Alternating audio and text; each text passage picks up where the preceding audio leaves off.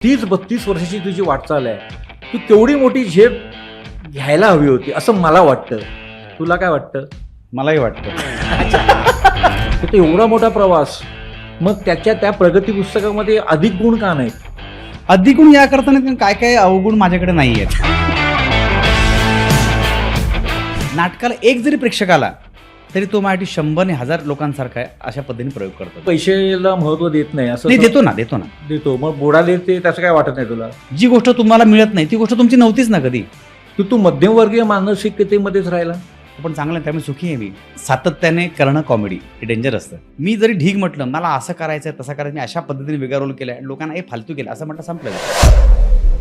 आत्ता आपली वेळ नाही आहे. आपली वेळ आहे फक्त काम करणं, स्वतःला प्रूव्ह करत राहणं. जोपर्यंत वेळ येत नाही तोपर्यंत.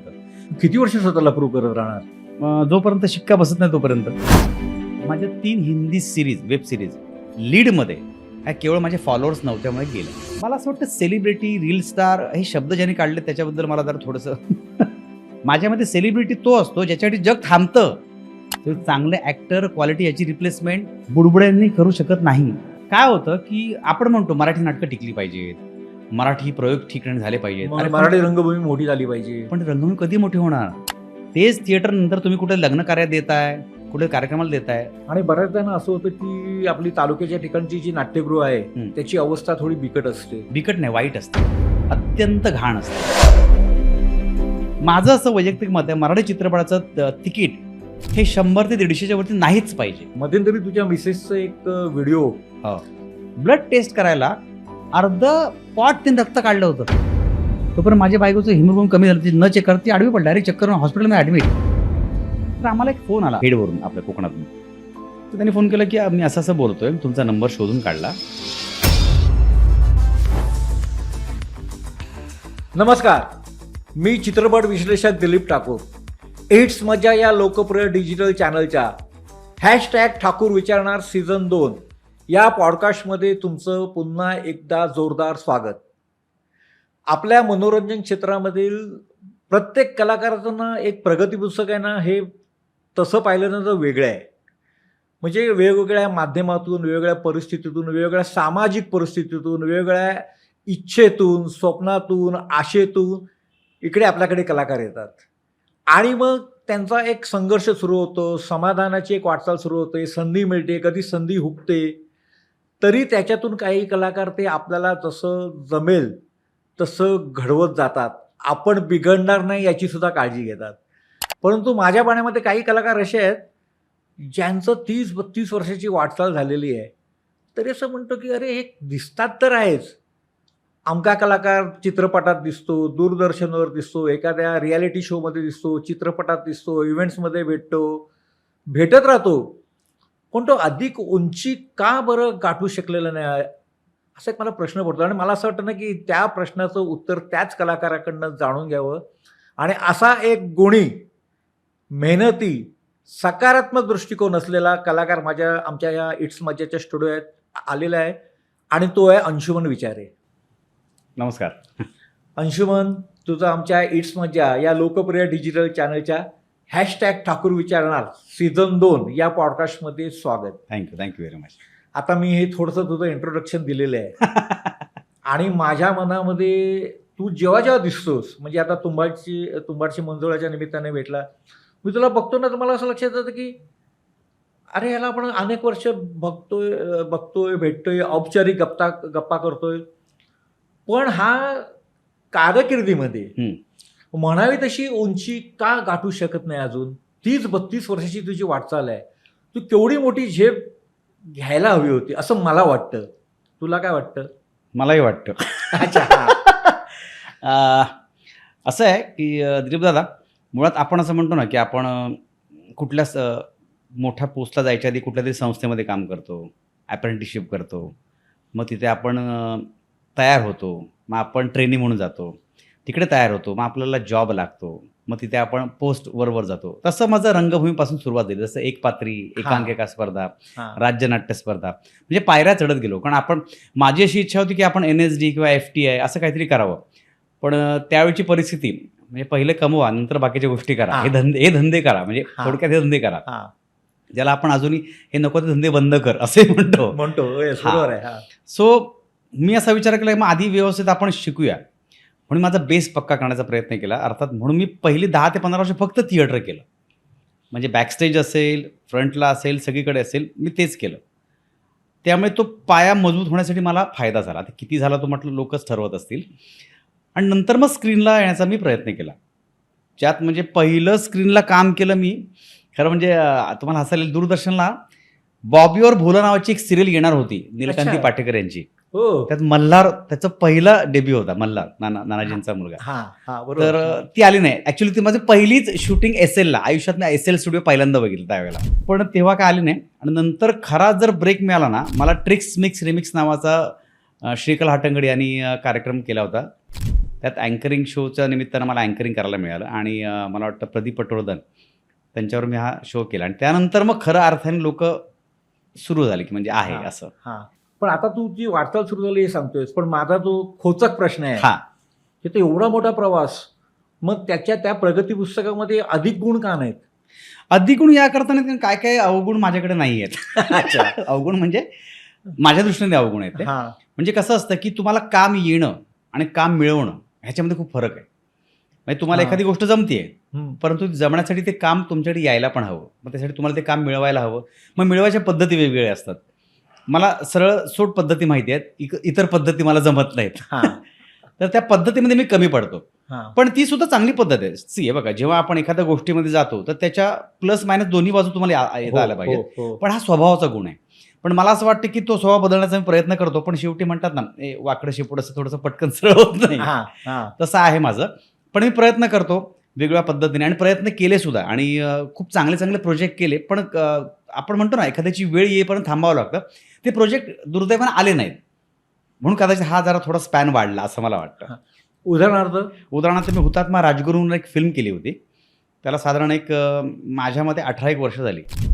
आणि आपण म्हणतो ना सिक्स पॅक, ते सगळं मी बनवलं होतं त्यावेळेला. डॉक्टर नीरज आठवडे यांनी ती बनवली होती फिल्म, हा. डिरेक्ट केली होती. हा. आणि मी राजगुरूंची भूमिका केली होती. अरे वा. हा. म्हणजे यू वोंट बिलीव्ह की मी जसे राजगुरू दिसायचे सेम मी तसाच दिसायचो, सेम. आणि त्याला खूप मेहनत घेतली, टक्कल बिक्कल केलं, 6 महिने त्याच्याच प्रोजेक्टमध्ये होतो. पण ते प्रोजेक्टच आलं नाही. म्हणजे हो. का मला माहीत नाही. सो तो मला एक असं मला वाटलं की आता बापरे, ती गडबड झाली. पण तो सिनेमा पूर्ण होऊन रिलीज झाला नाही असं झालाच नाही रिलीज. आता का रिलीज झाला तो मला काय होतं, हा. बऱ्याचशा गोष्टी ॲक्टरपर्यंत पोहोचत नाहीत. हा. टेक्निकल प्रॉब्लेम काय असतो किंवा निर्मात्यांचा काही प्रॉब्लेम असतो, आपल्याला काहीच इश्यू कळत नाहीत. पण दुर्दैव असं की त्या फिल्मचे पैसे पण घेतले नव्हते. मी भूमिकेच्या प्रेमाखातर. नाही, असं झालं, त्यांचं बजेट कमी होतं. त्यांनी असं जमवून पैसे लोकसंग्रहातून पैसे जमा करून फिल्म हा. बनवली होती. मी म्हटलं मग हा. ठीक आहे, माझाही हातभार राहू दे, हा. मला पैसे देऊ नका, मला फक्त जाणं येणं खाणं इतकंच करा, बाकी सगळं मी करतो. अच्छा. फक्त ते मला हा. जे पैसे देणार होता ते पैसे हा. मी प्रोडक्शनला वापरा, जेणेकरून हा पिक्चर जास्तीत जास्त लोकांपर्यंत पोहोचेल. पण तो आलाच नाही. हा. सो बॅडलक म्हणू शकतो त्याला आपण. हा. आणखी एखादं उदाहरण? आणखी मी एक हंगामा नावाची फिल्म केली होती, जी नंतर झी टॉकीजने घेतली, पण त्याला खूप काळ लोटला. ज्यात मी पहिल्यांदा लीड म्हणून काम केलं होतं. रोहन शिवलकरनी मला ब्रेक दिला होता. अच्छा. हो. घाग म्हणून होते, त्यांनी ते प्रोड्यूस केली होती. पण मला असं वाटतं की ती फिल्म जर त्याच वेळेला आली असती, जेव्हा मला असं वाटतं शिवाजीराजे भोसले बोलतोय, ही फिल्म यायची होती. आणि त्याच्या आधी ही फिल्म आली होती. पण ती फिल्म काही कारणास्तव खूप लटकली आणि शेवटी मग झी टॉकीजला रिलीज झाली. पण शेवटी म्हणतात ना, ती गोष्ट त्यावेळेत येणं गरजेचं असतं, लोकांना हा. कळणं गरजेचं असतं. हा. त्यामुळे कदाचित बराचसा फरक पडला असं मला वाटतं. त्यानंतर मी एक घात नावाची फिल्म केली, ज्यात मी कम्प्लीट निगेटिव्ह रोल केला होता. हो. ती सुद्धा फिल्म आली नाही. त्यानंतर मी हिंदी फिल्म केली होती, दामाद के इंतजार में. MK शंकर म्हणून होते साऊथचे, त्यांनी ती डिरेक्ट केली होती. आणि रती अग्निहोत्री लीडमध्ये होत्या आणि मी सेकंड लीड होतो. अरे. अच्छा. हां. म्हणजे आपण म्हणतो ना की आता अभी आपण निकल गया भाई, चलो गया वे चलो, आपण ते एक वेगळ्या भ्रमात असतो. पण ती सुद्धा फिल्म आलेली नाही. तेव्हा मला लक्षात आलं की आत्ता आपली वेळ नाही आहे. आपली वेळ आहे फक्त काम करणं, स्वतःला प्रूव्ह करत राहणं, जोपर्यंत वेळ येत नाही तोपर्यंत. सो आत्तापर्यंत मी प्रूव्ह करतोच आहे. किती वर्ष स्वतःला प्रूव्ह करत राहणार? जोपर्यंत शिक्का बसत नाही तोपर्यंत. शिक्का आता कसं आहे माहिती आहे, आता शिक्क्याची पण गंमत वेगळी आहे. हो, एक शिक्का बसला तर तो प्रूव्ह होतो असं नाही, कारण हा. दुसरा शिक्का बसेलच असं नाही. हा, बरोबर आहे. हा. प्रत्येक शिक्का प्रूव्ह करावाच लागतो ऍक्टरला असं मला वाटतं. म्हणजे एखादी फिल्म समजा हिट झाली तर दुसरी हिट होईल असं माहिती नाही ना. नाहीच. तर दुसरी हिट होण्यासाठी आपण प्रयत्न करा. म्हणजे शेवटी तुम्हाला प्रयत्न आयुष्य मरेपर्यंत करायचे चांगलं राहण्यासाठी. म्हणजे पहिल्यांदा मिळवण्यासाठी, मिळाल्यानंतर ते टिकवण्यासाठी, टिकल्यानंतर ते चांगलं होण्यासाठी, चांगलं झाल्यानंतर ती स्टेज मेंटेन करणं, म्हणजे आयुष्यभर स्ट्रगल आहेच, फक्त पद्धती वेगळ्या आहेत. पण कलाकाराचा स्ट्रगल दिसत नाही. हां, दिसत नाही. आता काय होतं, बऱ्याच वेळेला आपण काम करतो, मगाशी बोललोच आहे, प्रोजेक्ट करतो, ते लोकांपर्यंत पोहोचत नाही, त्यामुळे आपल्याला ती गोष्ट हां. कळलेली नसते. हां. पण मग कधी-कधी काय होतं, की आपण एखादी गोष्ट करतो आणि ती चालत नाही. हां. तो पण एक सेटबॅक असतो आपल्यासाठी. म्हणजे मला असं वाटतं, की काय-काय प्रोजेक्ट म्हणजे मी एक फिल्म केली होती, म्हणजे ती आशिष उबाळीची फिल्म होती. नेपाळला जाऊन शूट केली होती आम्ही. ती फिल्मसुद्धा आली नाही. सो मला असं वाटतं काय-काय प्रोजेक्ट असे होते ना, जे आलेच नाहीत. हो. त्यामुळे अशा बऱ्याच गोष्टी घडल्या आहेत. पण मला असं वाटतं बघ, रंगभूमीनं मला खूप हात दिला. पण चित्रपटाचं जे आता तू सांगतोयस, ती त्या गाड्या यार्डमध्येच राहिल्या, बाहेर आल्याच नाही. आल्याच नाहीत. त्यांना सिग्नलच मिळाला नाही. सिग्नल मिळालं नाही. बरोबर आहे. पण असंही झालं असेल ना, की तुझा रोल मोठा होता, पडद्यावर आल्यानंतर तुला कळलं, की अरे मलाच शोधावं लागतंय. आज सुदैवानं तसं झालेलं नाही. हां? तसं कारण तोपर्यंत ज्या फिल्म येणार होत्या ना, त्या आल्याच नाहीत. आणि ज्यांच्यामध्ये ॲक्च्युली हिंदीमध्ये वेगळं झालं. म्हणजे दामाद के इंतजार में बद्दल बोलतो तुम्हाला मी. हां. त्यात माझा खरं 2 दिवसाचा रोल होता. हां. आणि जो लीडमध्ये काम करत होता ना, तर मे बी त्याला जमत नव्हतं, आय डोंट नो. पण माझा 2 दिवसाचा परफॉर्मन्स बघून डिरेक्टरने मला सेकंड लीड दिला. हां. हां. गुणामध्ये वाढ झाली. हां, सेकंड लीड दिला आणि तुफान काम झालं. आणि कदाचित जर त्यावेळी ती फिल्म आली असती, म्हणजे ती बासुदान स्टाईल होती फिल्म. हां. थोडंसं हां. म्हणजे हलकी-फुलकी. हलकी-फुलकी, खेळकर खोडकर. खेळकर. आणि ती जर आली असती ना, तर कदाचित चित्र वेगळं झालं असतं. तेव्हा कदाचित आपल्या इंटरव्ह्यूच्या पद्धती वेगळ्या बदलल्या हां, असत्या. हां. नक्की. मग त्या दिशेने गेलो असतो आपण. हां, तर अशा गोष्टी बऱ्याच घडल्यात. हां. पण रंगभूमीवर बरीच कामं झाली वेगवेगळ्या पद्धतीची. हां. म्हणजे त्यात मी खास करून नाव घेईन विजय गोखले यांचं. त्यांना आम्ही अण्णा म्हणतो, की त्यांनी एक म्हणतात ना, की आपण ॲक्टर असतो, हा कॉमेडी करतो, असं नाही. विजय गोखले असं एकमेव व्यक्ती आहे माझ्या आयुष्यातली, ज्यांनी माझ्यातल्या ॲक्टरला जाणून प्रत्येक वेगळे रोल दिले. म्हणजे वाहतोय दुर्वांची जुडीमध्ये सुभाष दिला त्यांनी मला. संगीत एकच प्याल्यामध्ये मला तळीराम दिला. परत संगीत एका काळाची गोष्टमध्ये 5 विविध प्रकारचे रोल दिले. कुसुमाग्रजांच्या डॉक्युमेंटरीजमध्ये त्यांनी अँकरिंगमध्ये वेगळ्या पद्धतीने मला प्रेझेंट केलं. हां. सो मला असं वाटतं प्रत्येक ॲक्टरला सुद्धा विश्वास टाकणारा एक डिरेक्टर मिळाला पाहिजे. सो हां. अशा पद्धतीने प्रयोग तर मी केलेच आहेत. पण ते हां, ते जे चित्रपटाच्या बाबतीत घडलं नाही, पण नाटकाच्या बाबतीत घडलं बऱ्यापैकी. खूप वेगवेगळ्या पद्धतीच्या मग भूमिका केल्या. म्हणजे लीडमध्ये बरीच नाटकं केली मी. आता हां, ती ग्रेट चालली नाही, पण पडली पण नाहीत, असं आहे. म्हणजे मधलं हां. म्हणतात ना, आहे पण नाही पण मध्ये. म्हणजे काठावर पास. काठावर पास. हां. सर तो प्रवास चालू आहे. पण चित्रपटाच्या बाबतीत तू आता परत दिसतोस, म्हणजे चित्रपटामध्ये दिसतो. मग आता हे कामं तुला कशी ऑफर होतात? कदाचित माझी वेळ आली असेल. हां. मला असं वाटतं ना, की म्हणतात ना, वक्त से पहले और औकात से ज्यादा कभी मिलता नहीं है. की किस्मत के ज्यादा.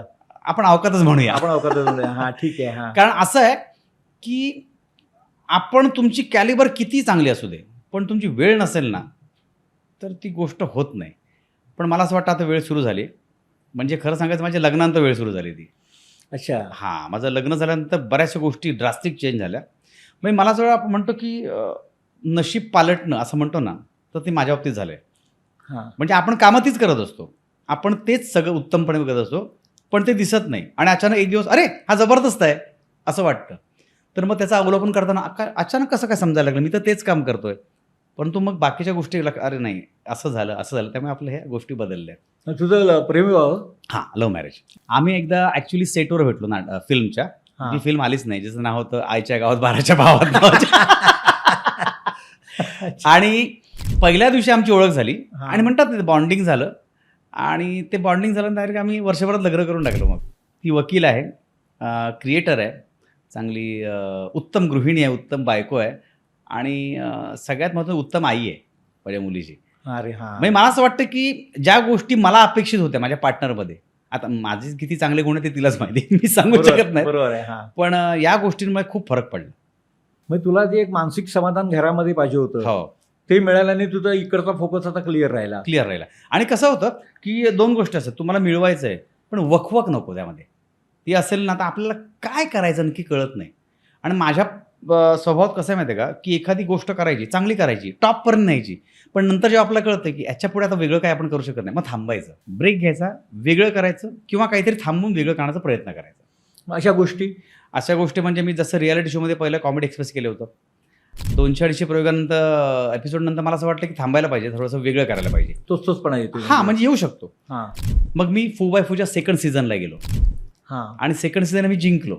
म्हणजे पहिला सीझन वैभव मांगले जिंकला होता, सेकंड सीझन मी जिंकलो. पण मी थर्ड सीझन नाही केला, कारण ती इतक्या चांगल्या स्किट झाल्या की मला असं वाटतं परत त्याच पद्धतीचं लगेच होईल की नाही माहिती नाही माझ्याकडून. हां बरोबर आहे. ते थांबलो, ब्रेक घेतला, मग कॉमेडीची बुलेट ट्रेन आली. मग त्याचं एक 400 एपिसोड झाल्यानंतर तिथे ब्रेक घेतला, मग हास्ययात्रा आली. कोरोनामध्ये ते थांबवलं मी. त्याच्यामध्ये मध्ये वेगळे अँकरिंग शोज, नाटकं चालूच होती. पण मला असं वाटतं थांबल्यामुळे ना माझ्यातला ॲक्टर जिवंत राहिला आत्तापर्यंत. हां तुला अंतर्मुख व्हायला वेळ मिळाला. हां, आणि काय होतं की पैसे बघा, पैसे आम्हाला इव्हेंट्समध्ये किंवा बाकी या माध्यमातून मिळतातच. मी स्वतः वेगळ्या पद्धतीने डिरेक्ट पण करतो, ॲड्स डिरेक्ट करतो किंवा इव्हेंट्स करतो. तर पैसे मिळतात. पण ना मला नेहमी असं वाटतं, लहानपणी एक प्रश्न म्हणजे सगळ्यांना विचारतात ना, मोठेपणी कोण होणार, तो मोठेपणी कोण होणार? प्रत्येकाने सांगायचं मला इंजिनियर व्हायचं आहे, मला डॉक्टर व्हायचं आहे. मी एक मला सांगितलं मला अंशुमन विचारे व्हायचं आहे म्हणून. तर 5 मिनटं पाहिना कळेना. म्हणजे म्हटलं मला मीच व्हायचं, मला कोणाची कॉपी नाही व्हायचं आहे. लोक माझी कॉपी करतील म्हटलं. हां. सो मला असं वाटतं स्वयंभू असणे म्हणतात ना, तो कदाचित ते लहानपणापासून बीज असावं असं मला वाटतं. पण आता जी नावं घेतली हास्य जत्रा वगैरे, हां. पण मला सांग लोकांना हसवणं सोपं आहे की अवघड आहे? अत्यंत कठीण गोष्ट आहे. म्हणून तुम्हाला म्हटलं की का थांबलो? कारण मला असं वाटतं ह्याच्यापेक्षा आणखी वेगळं का हसवू? उलट माझं हसवलं आता तेच करतोय हा. बराच वेळा काय होतं, एखादी गोष्ट पीकला गेली ना की लोक म्हणतात अरे जबरदस्त चालला, ह्याच्यावर का ग्रेट ॲक्टर नाही. नंतर तोच करते, तसंच करतो रे तो. तेच आहे, कंटाळा आहे असे, तेच करतो. म्हणजे लोक वरती चढवतात पण आणि आपटतात पण. तर त्याने आपटायच्या आधी आपण बाजूला झालेलं बरं असं मला वाटतं. पण ही समज तुझ्यात आली कशी? राजगुरू. एक अनुभव तुला मोठा धडा दिला. राजगुरूंनी मला एक सांगितलं की तुमच्या हातात फक्त चांगलं काम करणं आहे, मेहनत करणं आहे, पण त्याचं फळ देणं फक्त वेळेच्या आणि वरच्याच्या हातात आहे. आणि ते चांगलं काम करण्यासाठी तुम्हाला थांबूनच काम करावं लागतं. हां, म्हणजे मी असं म्हणत नाही, पैशासाठी बरेच मी असे काम चालव पैसेचे पिक्चर केलेले आहेत, नाही म्हणत नाही. शेवटी आपल्याला अंबानी किंवा आनंदला बिल भरताना सांगावं लागत नाही की मला मी हे काम करतोय, तुला पहिलं बिल भर, नंतर बाकीच्या गोष्टी बोलू. बरोबर आहे. सो त्या गोष्टीसाठी मी बऱ्याचशा गोष्टी केल्या आहेत, इव्हेंट्स करतो. पण माझं जे काम आहे ना, ते मी असं वाटतं की माझं काम उत्तमच झालं पाहिजे. म्हणजे आता तुंबाडच्या मंजुळाबद्दल मी खास सांगेन की खरं सांगायचं तर जो सतीश मी कॅरेक्टर करतोय, ॲक्च्युअल स्क्रिप्टमध्ये काही नव्हतं. मी गेलो होतो ऑडिशन द्यायला दुसऱ्याच भावजेच्या स्क्रिप्टला, भावजेच्या रोलसाठी. पण ना त्यांनी सांगितलं सतीश तू कर. म्हटलं सतीश रोल तर काहीच नाही. म्हटलं नाही तू कर, खूप मजा येईल. म्हणजे हे तर सगळं म्हटलं मजा यायला रोल तर असायला पाहिजे. तर म्हटलं काय करू यार, करू की नको? माझी बायको म्हणाली कर तू, वेगळ्या पद्धतीची फिल्म आहे तर तू कर. मी तिला ऐकवतो ना सगळ्या गोष्टी. म्हटलं ठीक आहे, मी केली. आणि मी म्हटलं आता आपल्याला दिसायचं, आता काहीतरी करायला पाहिजे. आणि मग मी जो सपाटा लावला काहीतरी करून दाखवण्याचा, तर त्याचं फळ आता मला वाटतं 5 जूनला लोकांना कळेल. रोल वाढवला गेला तुझा? वाढवला गेला म्हणण्यापेक्षा ना त्यांना वाढवावं लागला असेल कदाचित. म्हणजे रोल दिसेल तुझा? दिसेल 100%. पण आता जे तू कॉमेडीचं पहिलं मी तुला विचारतो, पण कॉमेडियनला कोणी सिरियसली घेत नाही कुठे. याचं कारण सातत्याने करणं कॉमेडी हे डेंजर असतं. मी तुम्हाला काय बोललो, मी थांबवल्यानंतर मला 1 वर्ष गेलं मला नवीन वेगळी कामं मिळवण्यासाठी. पण काय होतं, अंशुमन विचार मस्त कॉमेडी करतो रे. हां पण अंशुमन विचार हा उत्तम ॲक्टर आहे. हां तो वेगळी कामं करू शकतो. हे कधी कळेल लोकांना, जेव्हा मी काहीतरी वेगळं करून दाखवेल तेव्हा ना. हां पण ते चालेल न चालेल माहिती नाही आपल्याला. म्हणजे जसं आता मी अण्णांचं नाव काय घेतलं की ते चालू असताना त्यांनी सुभाष दिला मला, बाळ कोल्हटकरांची भूमिका. तो विश्वास टाकूनच दिला ना. ती किती वेगळ्या पद्धतीची भूमिका आहे. त्यातल्या कविता, त्याचा पॅथॉ, त्याचे पॅराग्राफ्स, नंतर तळीरामाची भूमिका. मला असं वाटतं की ह्या भूमिका केल्यामुळे लोकांपर्यंत वेगळ्या पद्धतीने पोहोचलो. मग मी पाहिले ना मी तुला नाटक केलं, त्याच्यामध्ये मी असा नवरा होतो ज्याच्या सगळ्या भावना त्यांच्यापर्यंत पोहोचत आहेत लोकांपर्यंत. आणि आता अजून एक परत विजय ओखलेंचं नाटक करणार आहे, लिमिटेड अश्वत्थामा म्हणून. फार वेगळ्या पद्धतीचं नाटक आहे. आल्यानंतर लोकांना एक वेगळं सरप्रायझिंग अंशुमन विचार बघायला मिळेल. मग तुला इन आणि आऊट जमतंय? म्हणजे मला आवडतं, जमतं की नाही माहिती नाही पण आवडतं. मला असं वाटतं की ॲक्टरला नेहमीनं स्विच ऑफ स्विच ऑन असायला पाहिजे. म्हणजे आता आपण एखादं मैताचं सीन आहे तर प्रत्यक्ष मैत झालं पाहिजे असं नाही ना. नाही. हां ते झालंय, आपल्याला कळलं पाहिजे, ती भावना लोकांमध्ये पोहोचवली पाहिजे आणि तिथून शॉर्ट संपला तर पटकन लगेच आपल्याला घरचा फोन सुद्धा घेता आला पाहिजे. हे ॲक्टरला जमलं पाहिजे असं मला वाटतं. मी घुसलो मग असं उलटा झालो हे म्हणजे मी तरी त्यातला नाही आहे, बाकीयांचं मला माहिती नाही. माझा तो प्रश्नाचा जो रोग आहे, कॉमेडियनला कोणी सिरियसली घेत नाही, हे तुला सार्वजनिक आयुष्यामध्ये पण अनुभवायला आलं असेल ना? बराच वेळा. म्हणजे मी कित्येक लोकांना सांगितलं की हार नको, मला तो रोल द्या ना. म्हणजे किती वेळ प्रोजेक्ट्सला ना छोटे रोल सुद्धा घेतलेले आहेत. म्हटलं हा रोल द्या का, मला हा रोल करून दाखवायचा मला, भले तुम्ही पैसे कमी द्या पण हा रोल मी करतो.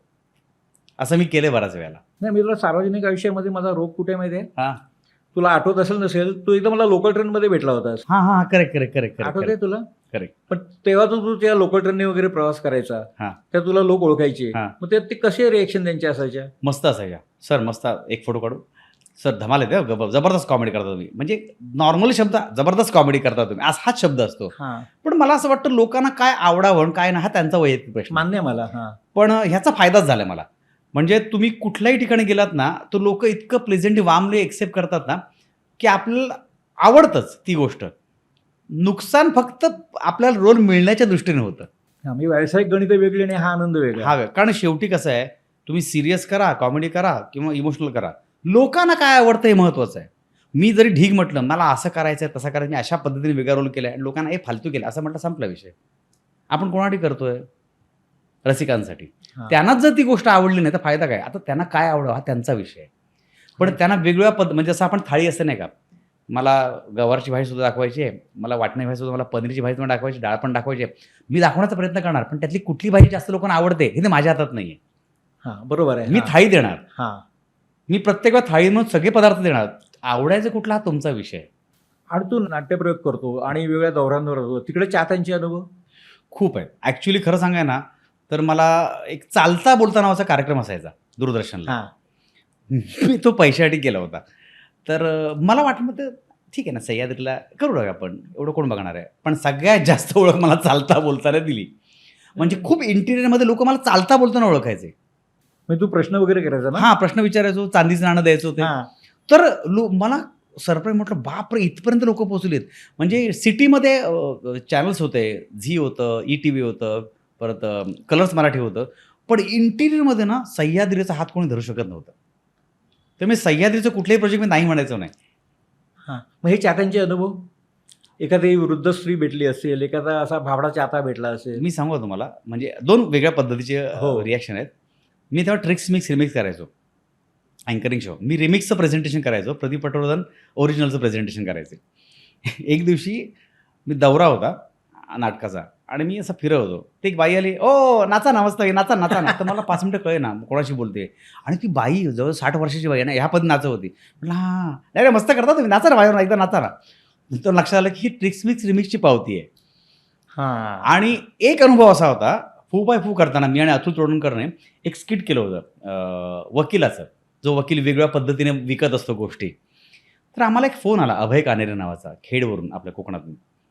तर त्यांनी फोन केला की मी असं असं बोलतोय, तुमचा नंबर शोधून काढला, तर थँक्यू म्हणायला फोन केला आहे. कारण माझी आई गेली 5 वर्ष बेडरिटन आहे गावी. ती हलतसुद्धा नाही जागेवरून. ती काल पहिल्यांदा बसून हसली तुमचं स्किट बघून. ओह! तुम्हाला अंगावर काटा आला आणि मला असं वाटलं की बापरे, म्हणजे आपण जी गोष्ट कधी-कधी थोडक्यात हलक्यात गती घ्यायला नाही पाहिजे.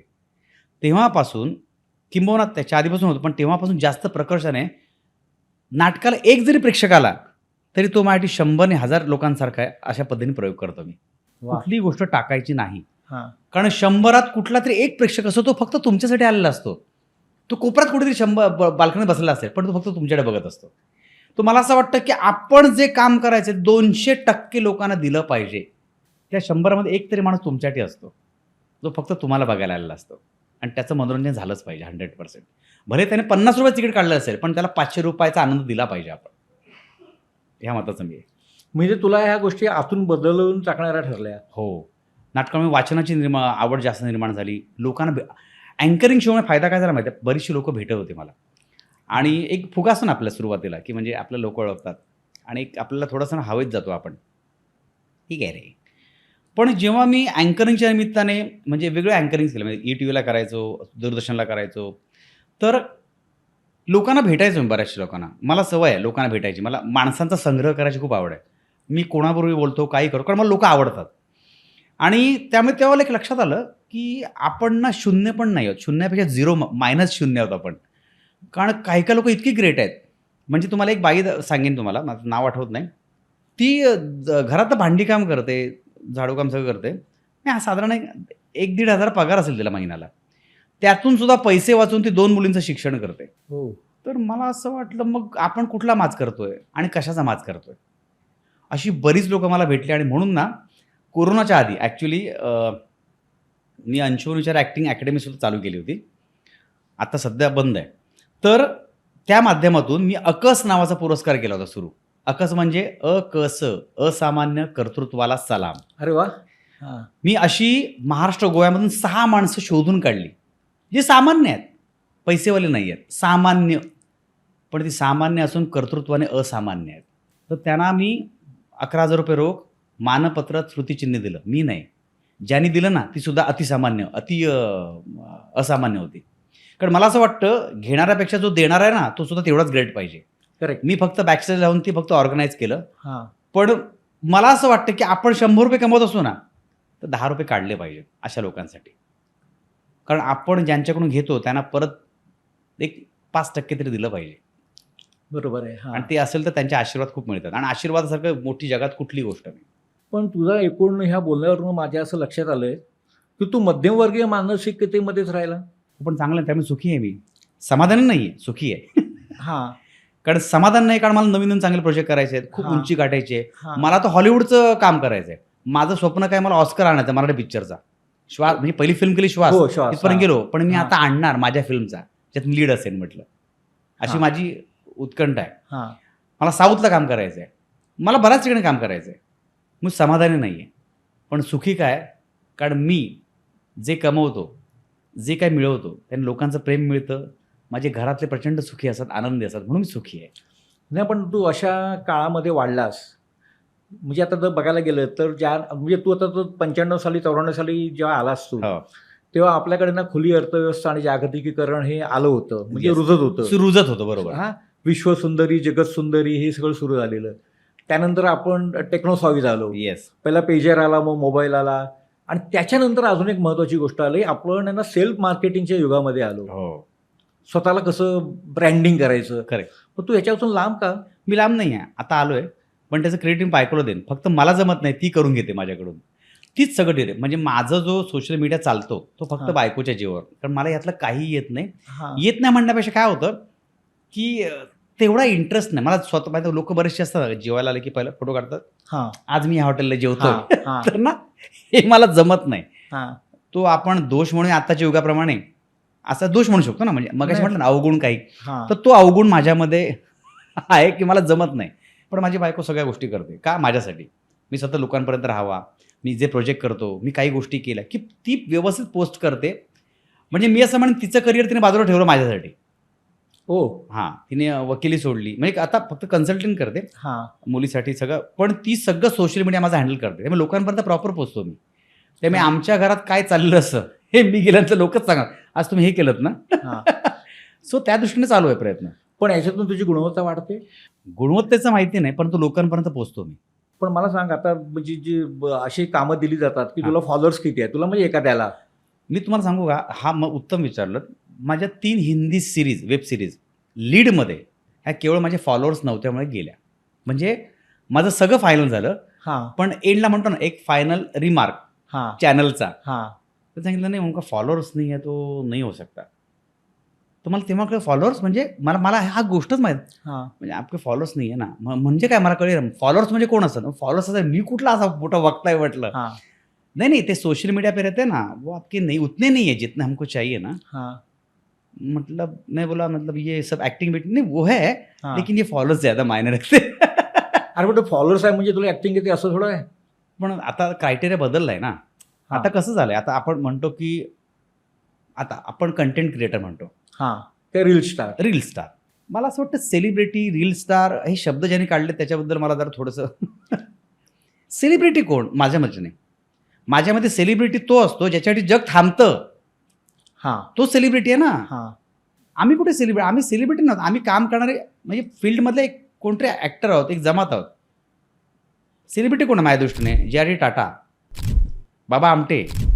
हां. तर मला असं वाटतं ही लोक सेलिब्रिटी आहेत ना यार माझ्या दृष्टीने. हां. जे.आर.डी. टाटा ही सेलिब्रिटी आहेत, ही ग्रेट माणसं आहेत, हे माझ्या दृष्टीने सेलिब्रिटी आहेत. आम्ही ॲक्टर आहोत, लोकांना आवडतं. मी स्वतःला सेलिब्रिटी समजत नाही.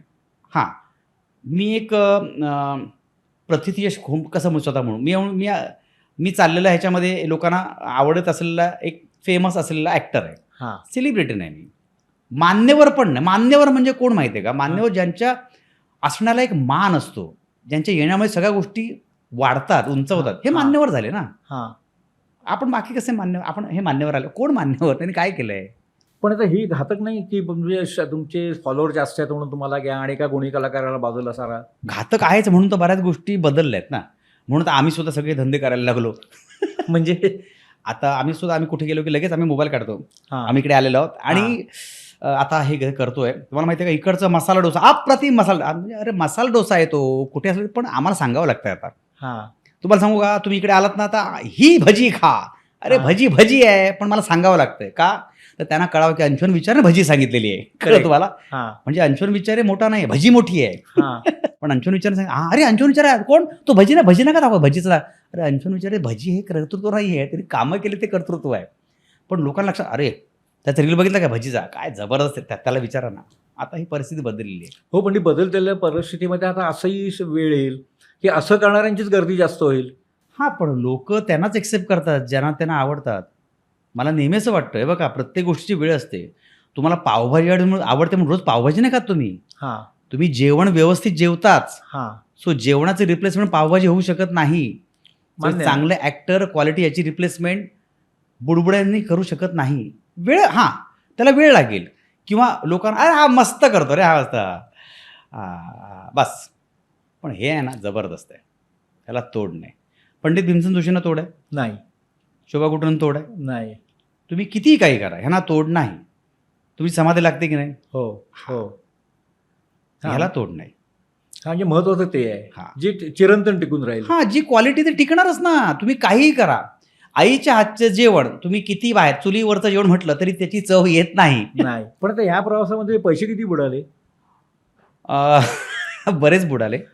पण कसं झालं, मी प्रोजेक्ट कमी केल्यामुळे माझे तेवढे बुडाले नाहीत. हां, मी पैशापेक्षा असं वाटतं, माणसं जर लांब गेली ना, चांगली माणसं, त्रास होतो मला.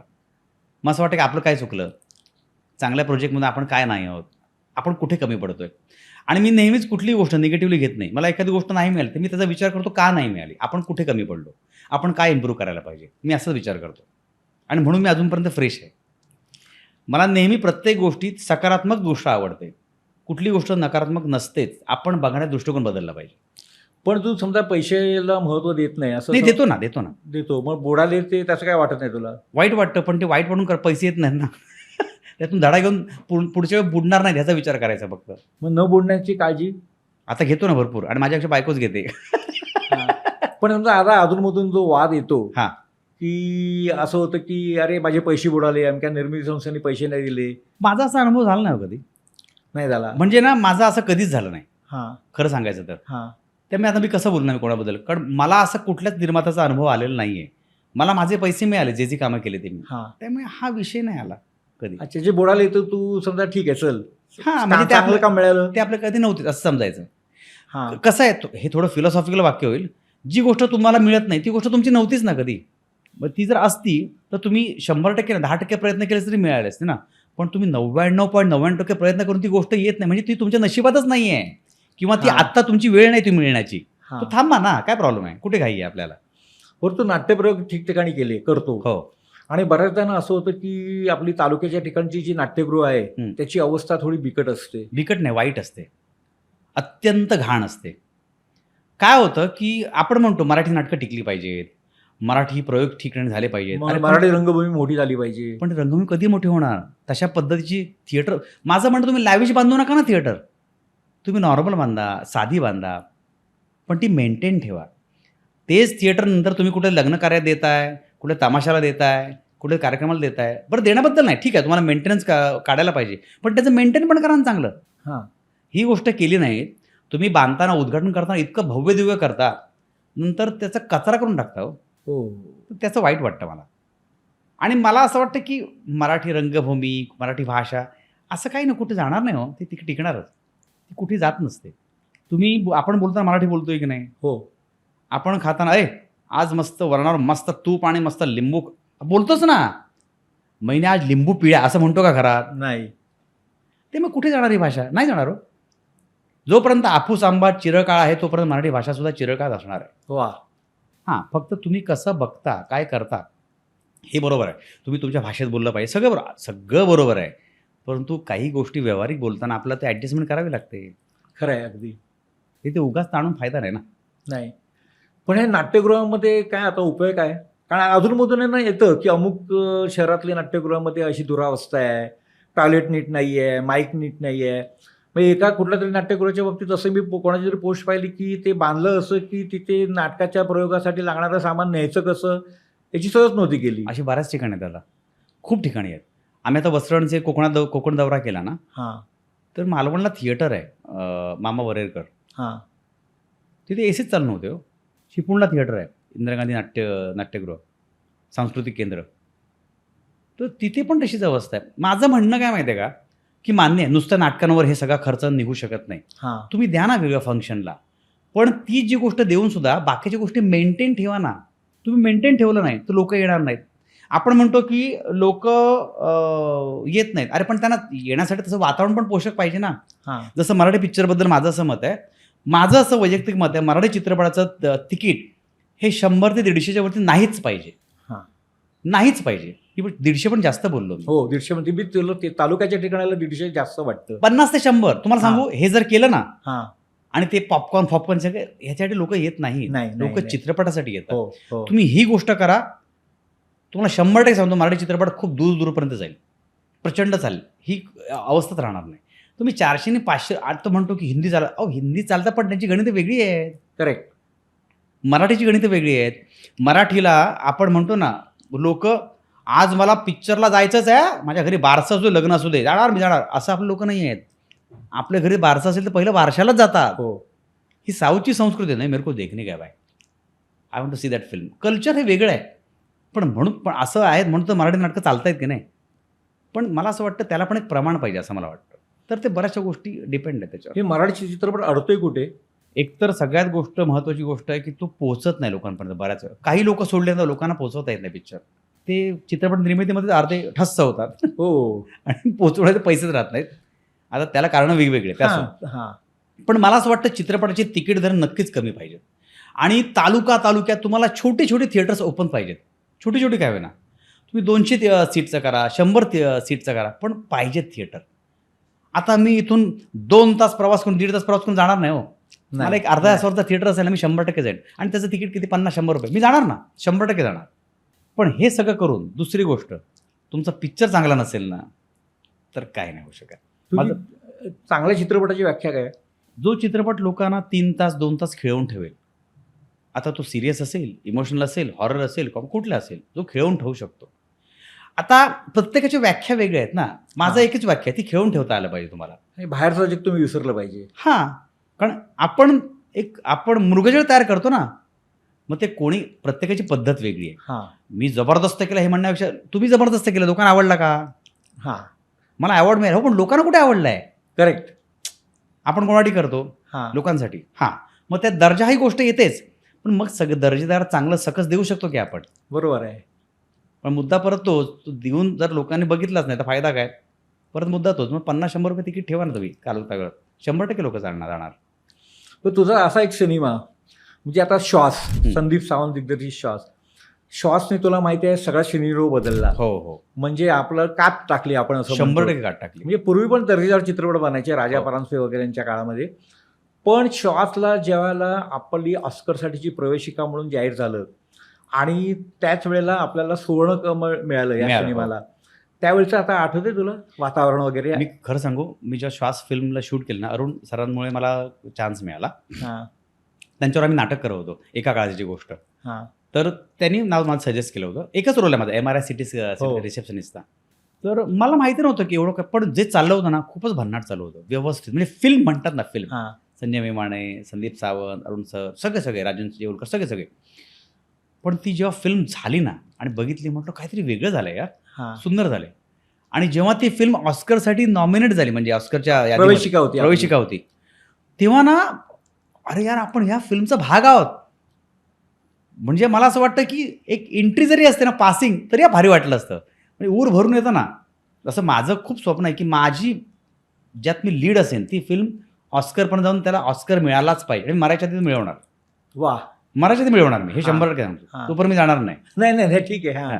मग ते दिवस आठवतात ना ऑस्करचे त्यानंतरचे, म्हणजे त्यानंतर कित्येक फंक्शन्स असायची आणि ना लोक म्हणजे ना सोहळा चालू असायचा ना त्याप्रमाणे, कारण प्रत्येकाला मराठी फिल्म, हिंदीवाले सुद्धा वेडे झाले होते. म्हणजे ज्यांना मराठी पिक्चर तोपर्यंत माहिती नव्हता ते लोकांना क्या है, कौन सा DVD मंगाओ यार, ऑस्कर श्वास की, असे ब्रोकन बघायचे, श्वास फिल्म यार कैसा वैसा. मला इतकं भारी वाटायचं ना हा. की आपण जे, मी नेहमी परत म्हणतो, तुम्ही जी गोष्ट करता ती चांगली असेल, सर्वमान्य असेल, तर जगापर्यंत पोहोचते. Correct. तसं मी माजिद माजिदीची फिल्म बघतोय की, हो मग माझी फिल्म माजिद माजिदी बघणार ना चांगली असेल तर. हो हो, सिनेमा बोलतो. येस. आणि दृश्य माध्यम आहे, तुम्ही त्याच्यातून कळतं. कडक कडक. मग आता जी तुंबाडची मंजुळा फिल्म येते ना, हा. ही त्याच कॅटेगरीमधली आहे. मी तुम्हाला लिहून ठेवा, योग असतात संगीताच्या दृष्टीने, सिनेमॅटोग्राफीच्या दृष्टीने, आर्टिस्टच्या दृष्टीने, लोकेशनच्या दृष्टीने, दिग्दर्शनाच्या दृष्टीने, प्रोडक्ट सगळं इतकं जुळून आलं ना हो. मला असं वाटतं एक पॅकेज आलं परत. म्हणजे ही फिल्म जी आता 5 जूनला रिलीज होईल ना, लोक इतकी वेडी होती ना, असं वाह असं म्हटलं, क्या बात आहे. म्हणजे आपण सुग्रास जेवण जेवल्यानंतर जो आपला आनंदाचा तृप्तीचा ढेकर असतो ना, तसं तुंबाडच्या मंजुळेमध्ये होणार आहे. पण तू ह्या अशा सिनेमा करतो, तर रिकाम्या वेळेत काय करतो? रिकाम्या वेळेत मी घरी असतो, हा. माझ्या बायको मुलांबरोबर वेळ देतो आणि मी माझी प्रस्तुती प्रोडक्शन हाऊस आहे माझं. हा. मी इव्हेंट्स करत असतो, छोटे छोटे ॲड्स डिरेक्ट करत असतो. मी बऱ्याच ह्याच्या डिरेक्ट केल्या ॲड. मी 2 कंपनीला, एक माउंटन रेंज ग्रुपला, त्याला मी ॲम्बॅसेडर होतो, ब्रँड ॲम्बॅसेडर. त्याच्यानंतर मी एक अन्साय वेलनेस सेंटर म्हणून आहे, जे बॅक पेनसाठी, त्यांचा ब्रँड ॲम्बॅसेडर होतो मी. अशा बऱ्याच गोष्टी करत असतो. इव्हेंट्स चालू असतात, अँकरिंग शो चालू असतात वेगवेगळे. हा. सो ती गोष्ट चालू आहे माझी. म्हणजे तुझ्या पर्सनॅलिटीमध्ये अशा वेगळ्या घटक आत येत आहेत, म्हणून तू असं वर्सटाईल आहे. येस. आणि मी स्वतःच माझ्या गाण्यांचा प्रोग्राम करतो. मी माझा स्वतःचा गाण्यांचा कार्यक्रम आहे, चाल तुरू तूर नावाचा. अच्छा. हां. म्हणजे काय व्हायचं, मला गाण्याची खूप आवड आहे. मी गाणं शिकलो नाही. हा. जसे सगळे बाथरूम सिंगर असतात त्यातला मी पण एक आहे. पण मी बरा गातो असं लोक म्हणतात. हा. नाही, ठीक आहे. त्यामुळे मी सिंगिंग स्टारमध्ये गेलो होतो, तुम्हाला माहिती असेल कदाचित, सोनी मराठीने गेलेला. आणि मी फायनल 7 पर्यंत होतो. हो. आणि मी खरं सांगू की धमाल का आली, मी एकमेव ॲक्टर होतो जो परफॉर्म करून गाणं गायचो. कारण एकतर अज्ञान, त्यामुळे चुकायची भीती नाही. हा. सूर चुकेल कळतच नव्हता, सूर म्हणजे काय हा. ही सापडलंच नव्हतं. अक्कलच नसले ना. हा. पण देवाची कृपा, हा. तिथून डायरेक्ट सुरू व्हायचं. हा. मला सत्तू म्हणायचा आपला सत्यजित प्रभू, कायच केलंय, तर मी जुईली जोगळेकडे बघायचो, कायच केलंय. कारण मला स्केल म्हणजेच माहिती आहे, मग इथून सुरुवात माझी. हा. तर ती सांगायची. पण म्हणजे सांगू, तू वाजव जे काय आहे ते, मी डायरेक्ट सुरू करतो. तर ते देवाचंच गिफ्ट आहे माझं. हा. पण मी परफॉर्म करून गायचो ना, त्यामुळे लोक असं म्हणा, हा का असं कसं काय करू शकतो हा. हा. म्हटलं काही नाही रे, तुम्ही सगळं शिकून आलात, मला अक्कल नाहीये, त्यामुळे बिंदास आहे मी. हा. म्हणतात ना, अज्ञानात चूक, काहीच माहिती नाही, त्यामुळे पडायची भीतीच नाहीये. हा. पडायची भीती नाही, हे सगळ्यात मोठं मिळकत आहे. हा. आपण सुरुवात कुठून केली, चाळीपासून. हा. आत्ता फ्लॅट आलेत ना, आत्ता गाड्या आल्यात ना, हा. त्यामुळे आपलं ओरिजिनल आपण विसरू शकत नाही. नाही, बरोबर आहे. आपण डबा घेऊन कॉमन टॉयलेटमध्ये जायचो. हा. त्यामुळे म्हणजे तुम्हाला हसायला येईल, मी फू बाय फू जिंकल्यानंतर सुद्धा मी काजूपाड्यात राहायचो बोरिवलीमध्ये. हा. आणि मला कधी असं एकदा पहिल्यांदा कळलं की आपण चाळीत का राहतो. म्हणजे मला तोपर्यंत लहानपणा चाळीत ना, आमच्या चाळीत ना लग्न होतं. चाळीत लग्न म्हणजे तुम्हाला माहिती नसतं का, हा, पूर्ण चाळीचं लग्न. हा. आणि आमच्या ह्या चाळीच्या मध्ये अशी गल्ली होती, तिकडे बॅक साईडला आमचे टॉयलेट होते, कॉमन टॉयलेट. तर मी शूटिंग करून आलो आणि मी टॉयलेटला गेलो होतो आणि तिकडून आलो घामाघूम सगळं हातात मस्तपैकी कॅटवॉक करत, आणि ही गर्दी गल्लीमध्ये. तर मला 5 मिनिटं काय आलं, सगळे मला बघायला थांबले होते, हातात टमरेल माझ्या. तर म्हटलं हा काय सर, तुमचं फुवाय काय जबरदस्त काम करता हो, काय स्किट बघतो हे ते सगळं. मी आपलं असं हा हो सर फोटो काढू, मस्त माझ्याकडे बघितलं, बघा ना असं काय करताय. पण त्याचं प्रेम फार महत्वाचं. पण तेव्हा लक्षात आलं, अरे यार आपल्याला फ्लॅट घ्यायला पाहिजे यार, आपल्याला थोडंसं. हा. काय बरंच आमच्या इथे मच्छी मार्केट होतं, काजूपाडा मच्छी मार्केट. लोक मच्छी घ्यायला कमी, माझं घर मी खरंच राहतो काय बघायला यायची. हो. हा. अच्छा. त्यांना बिलीव्ह नव्हतं ना की खरंच इकडे राहतो का, फुबाय पण विनर हा इकडे कशाला राहील ना, एक कन्सेप्ट असतं माहिती आहे, कल्पना आहे हे. हा. हा. तर बघायला यायची, हा इथं हो, मग मच्छी घ्यायला यायची. पण तुला त्याचं म्हणजे तू एन्जॉय केलंस. हा. कारण मी तसाच आहे, मी काजूपाड्यातला जसा होतो तसाच आहे, माझ्यात काही फरक पडलेला नाही. हा. आपण कपडे चेंज केले म्हणून आतला माणूस बदलू शकत नाही ना. नाही, बरोबर आहे. हा. त्यामुळे ती मजा मी कायम घेतो. पण ते तू यश कॅश कसं केलं इतर पद्धतीने, म्हणजे फिश मार्केटमध्ये एखादी वाटा जास्त घेतलास? नाही, मी म्हणजे तुम्हाला सांगू का, मला हेच जमलेलं नाही आयुष्यात. म्हणजे मी मग तुझ्या वाटेचं तरी तुला मिळतं का? हां, एक मिळतं. मला चांगलं मिळतं, प्रेमाने मिळतं आणि हां. उत्तम क्वालिटीचं मिळतं. हां, पण त्याचे पैसे मी त्याच क्वालिटीचे देतो. हां, कारण तो सुद्धा विकायला बसलाय ना. हां, म्हणजे मी खाऊ गल्ली नावाचा कार्यक्रम करायचो अँकरिंग शो. हां. पण मी कुठल्याच हॉटेलमध्ये कधी फ्री खाल्लं नाही. कारण मला भीती अशी वाटते, आपण चुकून कधीतरी एकदा खायचो आणि लोकं म्हणतात, "हा तो येतो ना, तो खातो आमच्याकडे." संपला विषय आपल्या आयुष्यातला. हां. आपल्या इब्रतीला आपण जपलंच पाहिजे. मी त्यांना सांगायचो डिस्काउंट द्या, पण मी फ्री नाही खाणार. सो मला फ्री हा गोष्टच आवडत नाही. प्रत्येक गोष्टीची किंमत असते ती तुम्हाला मोजावीच लागते. पण तुला आता काठोपाड्यातले तुझे आजूबाजूचे शेजारचे आता भेटतात? हो, आमचा ग्रुप पण आहे अजून.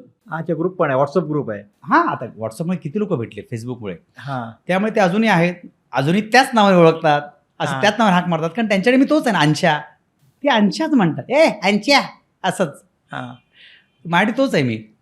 हां, म्हणजे तू तशा अर्थाने म्हणजे बदलला नाही. मी ते तुम्हाला गरज नाही ना त्याची. म्हणजे मी ॲक्टर शूटिंगला असतो. शूट संपल्यानंतर मी अंशूहून विचार असतो नॉर्मल जो असतो तो. मला भाजी घ्यायला सुद्धा तेवढंच मजा येते. मला मच्छी घ्यायला सुद्धा तेवढीच मजा येते. आणि रस्त्यावर फिरायला तेवढीच मजा येते. असं नाही केलं तर गडबड होईल ना सगळी. हां. पण हे सगळ्यांनाच जमत नाही. मी तुम्हाला मगाशी काय म्हटलं 2 गोष्टी. मी समाधानी नाही, मी सुखी आहे. हां, आणि अशा पद्धतीने सुखी आहे मी, शांत आहे. समाधानी मी कामाच्या बाबतीत नाही आहे. मला जे हवं आहे ते मला मिळवायचं आहे. त्यासाठी मी समाधानी नाही. मी समाधान राहणार ना मरेपर्यंत. पण सुखी मात्र नक्की आहे मी. तर एवढ्या प्रवासामध्ये आपल्या क्षेत्रातली तुझी मैत्री? खूप लोकांशी आहे. पण सगळे माझे कलीग आहेत. म्हणजे आपण काम करतो, छान भेटतो, मैत्री करतो. त्यामुळे माझं कोणाशी वाकडं नाही आयुष्यात. हां, कारण मी काम करून निघून जातो. मी कुठला पार्टी अटेंड करत नाही. हां, मुळात मला कधी व्यसन नाही मुळात. हां, मी पार्ट्यानं जात नाही. फक्त इव्हेंट असेल तर जातो, माझं काम करतो, निघून येतो. हां, कारण मला असं वाटतं माझा सगळा वेळ हा माझ्या फॅमिलीला दिला पाहिजे, जर ते मला सपोर्ट करत असतील तर. हां. बरोबर आहे. हां. सो मी जास्त फॅमिली मॅन आहे. मी कुठली गोष्ट बघायला त्यांना घेऊन जातो. Very good. सो मला ती गोष्ट जास्त आवडते. त्यामुळे सगळ्यांशी चांगले संबंध आहेत माझे, सगळ्यांशी. बरं, हा सगळा तू प्रवासामध्ये आता सध्याची जी सगळ्यात चर्चित गोष्ट आहे, तू घेतलेलं तिसरं घर, यामागची काय स्टोरी आहे? माझं पहिलं घर होतं काजूपाड्यातलं. म्हणजे ते ओरिजिनल, ते वडिलांचं होतं ते. हां. त्यानंतर मी पहिलं घर घेतलं मी स्वतःच्या पैशाने. ते गोराईमध्ये घेतलं मी. अच्छा, म्हणजे तू ईस्टवरनं वेस्टला गेला. वेस्टला गेलो. गोराई बस डेपोच्या बॅक साईडला सीवूडमध्ये. हां, आणि त्यानंतर खूप छान चाललेलं व्यवस्थित. इव्हेंट्स भरपूर पैसे मिळत होते. हां. म्हणून मी सेकंड घर घेतलं सांगवीला, पुण्याला. अच्छा. पुण्यात हां, पिंपरी गुळ. हां, तिकडे मोठा फ्लॅट होता. हां. आणि ते घेतलं आणि मग कोरोना सुरू झाला. हो. आणि यांचं बबल शूटिंग सुरू झालं मग. हां, हां. आणि मी फॅमिली सोडून जाणार नव्हतो. आणि दुसरी गोष्ट असं झालं होतं की मला आता असं वाटायला लागलं, माझं आता ना आपण ना एक एक्सपायरी डेटकडे येत चाललोय आता. ज्या स्किट्स करतोय आपण, जे रियालिटी शोमध्ये काम करतोय, हां, हां, हां. तेच व्हायला लागले. हां. तर मला थांबायला हवं. हां. तर मी ब्रेक घेतला. पण हे क्रेडिट माझ्या बायकोला देईन. कारण मी बायकोला म्हटलं, "हे बघ ब्रेक घेतोय, कोरोना आहे, हां, पुढचं कसं काय? हप्ते द्यायचे आहेत आपल्याला नवीन घराचे, हां.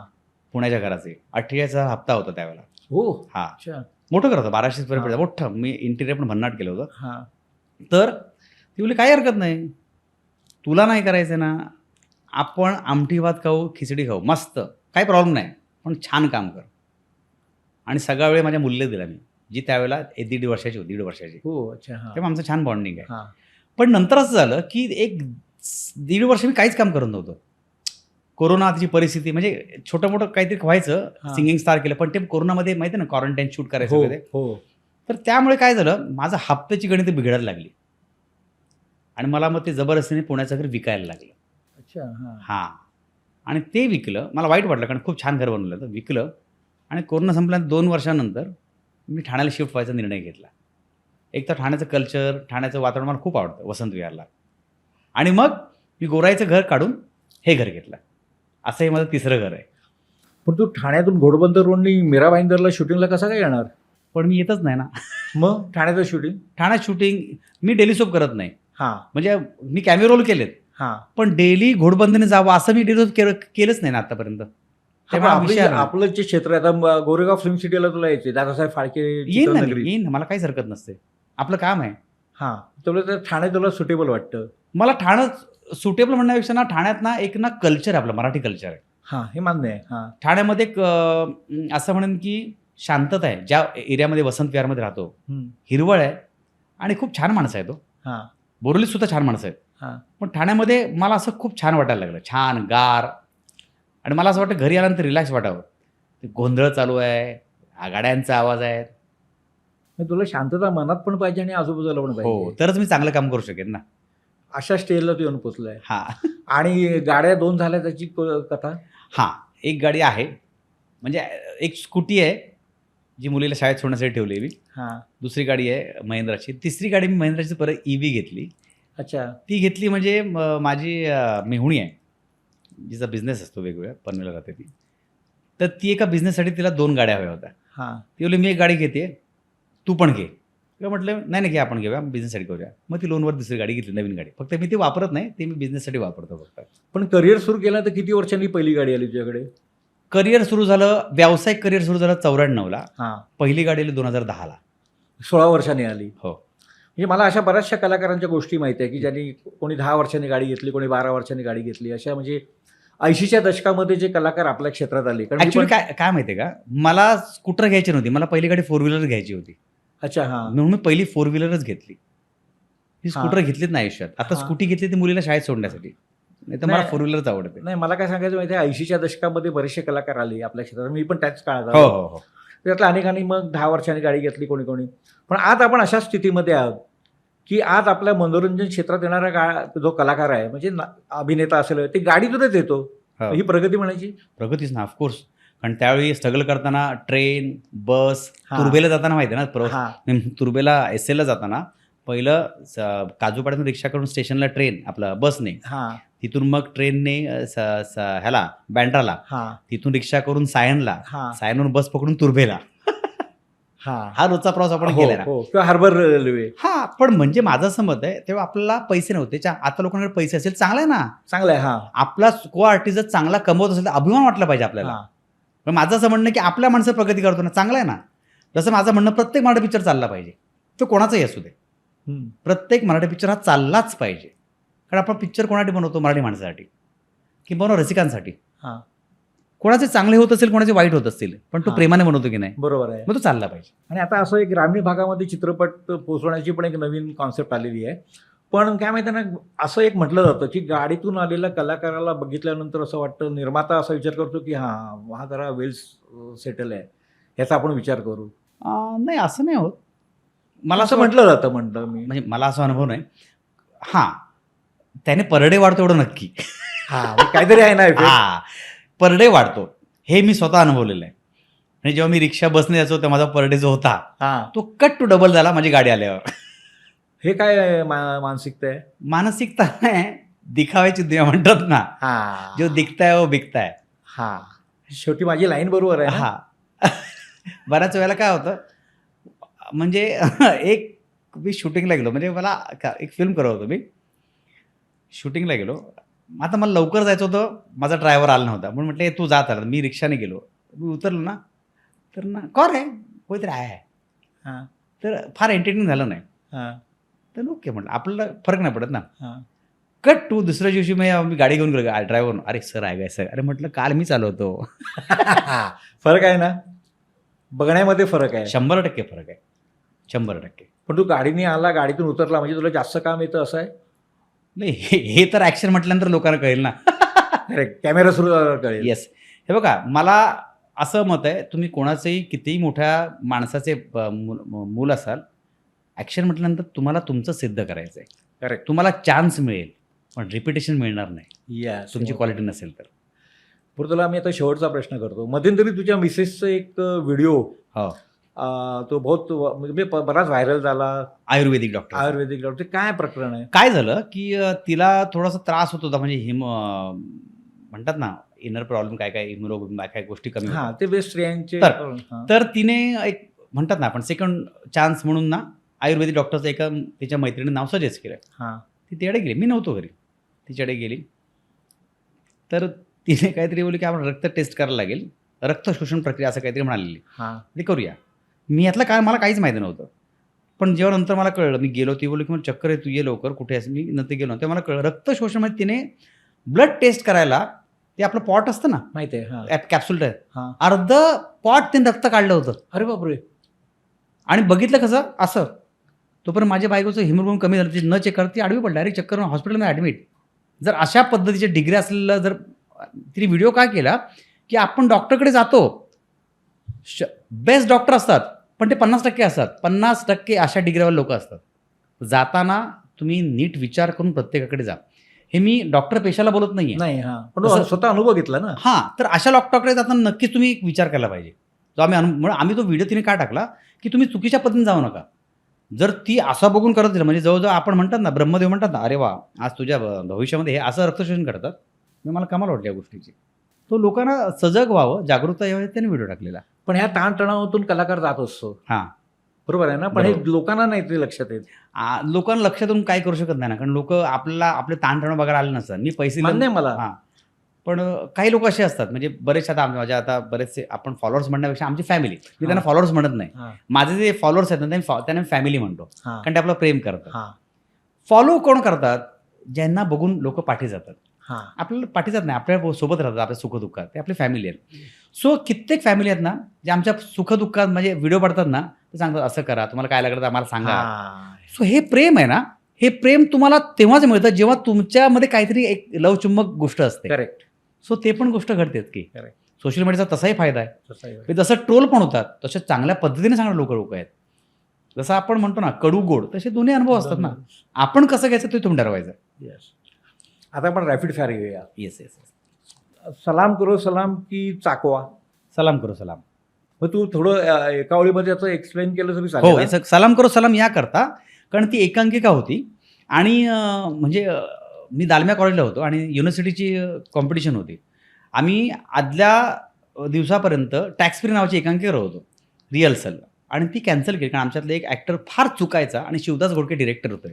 अरे अच्छा. तर ना ते म्हणाले, म्हणजे आता मी भ च ज्या भाषेमध्ये सांगितलं की बंद करूया, फालतुगिरी झाली तुमची, बंद करा. हा. आणि मी मनात म्हटलं की बस बरं झालं, मला कंटाळा आला होता सगळ्या तालीम करून तेच सुटलो. आणि दुसऱ्या दिवशी कॉम्पिटिशन होती, कॉलेजचं इज्जत बिज्जत जाईल. तर आमच्या काही हौशी तरुणी असतात ना, सर पण आपल्या कॉलेजची एंट्री गेलेली आहे, आपण करायला पाहिजे. तर मी म्हटलं कशाला मारायला बोलतो, जाऊ दे ना आता, म्हटलं इथे मेलोय म्हटलं आपण तालीम करून. नाही सर आपल्या कॉलेजची नाव खराब होईल, तुम्ही करणार का, तुम्ही करणार का, सगळे करणार का. म्हटलं मला विचार करणार का, तर सगळे म्हटलं ना, आपला पर्याय नव्हता ना. हो हो म्हटलं मी. तर मला असं वाटलं का मरताय तुम्ही, का करता, हो म्हटलं संपवा ना विषय. म्हटलं हा नाही ते थांबा. ते 2 तास गेले आणि तिने सलाम करून सलाम नावाची एकांकी आणली. सांगितलं एकदा वाचली, हां आता हा रोल तू करायचा, हा रोल करायचा. आणि मला मेन लीड दिला हो. आणि मी तिथेच ना ताप आला मला.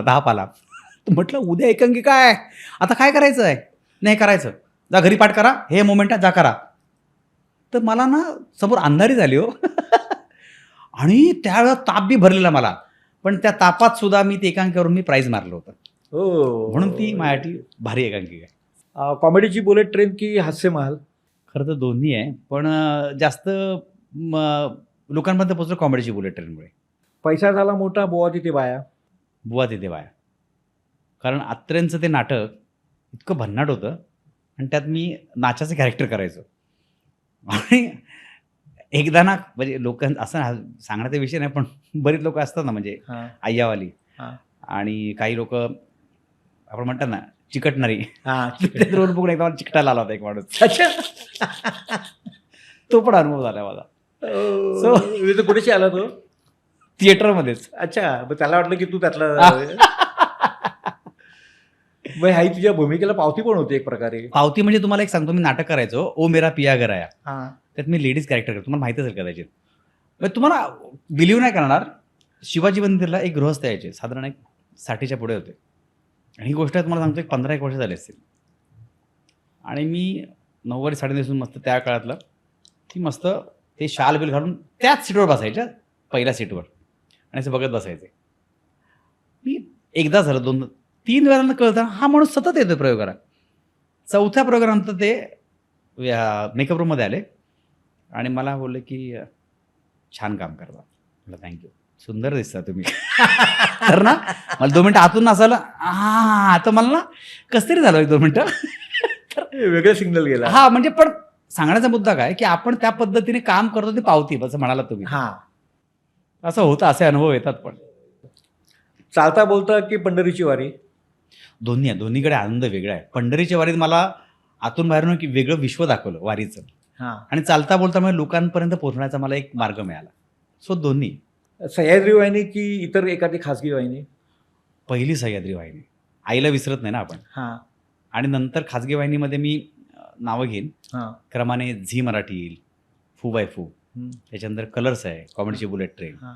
ETVला कॉमेडी एक्सप्रेस. सो मला असं वाटतं की क्रमाक्रमाने सगळे येत गेलेले आहे. पण तुझ्या सह्याद्रीचा शिक्का बसला ना. मला सह्याद्री पुत्र म्हणायचे, कारण मी इतकं सह्याद्रीवर कामं केलेले. मला पहिली ओळख सह्याद्रीने दिली. सर्वदूर पसरलो ते फू बाय फूमुळे, हां. पण जी पहिली ओळख दिली ते सह्याद्रीने. शिवाजी मंदिर की दीनानाथ? दोन्ही दोन्हीचं ऑडियन्स वेगळं आहे. शिवाजीला काम करण्यात मजा वेगळी का असते, कारण शिवाजी म्हणजे पंढरी आहे, नाट्य पंढरी आहे, हां. आणि दीनानाथ म्हणजे पुणे आहे. हो अच्छा. हे सिंगल स्क्रीन की मल्टिप्लेक्स? खरं तर सिंगल स्क्रीन, कारण सिंगल स्क्रीनला येणारा ऑडियन्स आहे ना, हा कॉमन असतो एकदम, आणि ना तो जबरदस्त रिॲक्शन देतो. मल्टी स्क्रीन पण आहे, पण मल्टी स्क्रीन मध्ये मध्ये मग पॉपकॉर्न, मध्ये मध्ये आईस्क्रीम, हे पण मध्ये मध्ये येतं, त्यामुळे ठीक आहे. पण म्हणजे सिंगल स्क्रीनची तुझी एखादी आठवण? मी हंगामा नावाची फिल्म केली होती ना, हां ती एकदाच लागली होती, एकच शो, आणि त्या फिल्मला ऑडियन्सचा जो रिस्पॉन्स होता ना, खाली बघून बघत होतो ना, तो एकदम म्हणजे ती भन्नाट. कुठेशी म्हणजे प्लाझामध्ये? प्लाझाला धमाल आली होती, आणि तो एकदम धमाल ऑडियन्स असतो एकदम, हां. मग टाळ्या शिट्या? टाळ्या शिट्ट्या, धमाल. मेकअप रूम की व्हॅनिटी? Makeup room. व्हॅनिटी सोयीस्कर प्रमाणे, AC म्हणजे गरमीमध्ये व्हॅनिटी, हां. पण आता मेकअप रूम पण ACच असतात, त्यामुळे. पण समजा तू तुला व्हॅनिटी आहे आपण सगळं, तर तू जे रिकामा वेळ असतो मी माणसांमध्ये बसतो, मी व्हॅनिटीत बसत नाही. नाही बसत.